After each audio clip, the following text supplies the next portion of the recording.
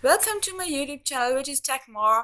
Here I am today with a new video in which I am going to tell you how to make a new folder in your PC. I am going to make a new folder. I am going to a folder where I have to make a new folder. So I am going with the pictures. I have to make a new folder here, like save picture. I am going to press right click of your mouse button, refresh. Right click of your mouse button, new.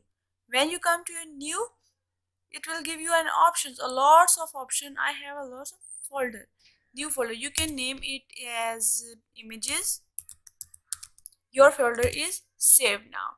Here, this is how you can make new folders. Right click, new folder. You can name it pictures. Is this is a simple way to make new folder on your PC. Hope you like it. Goodbye.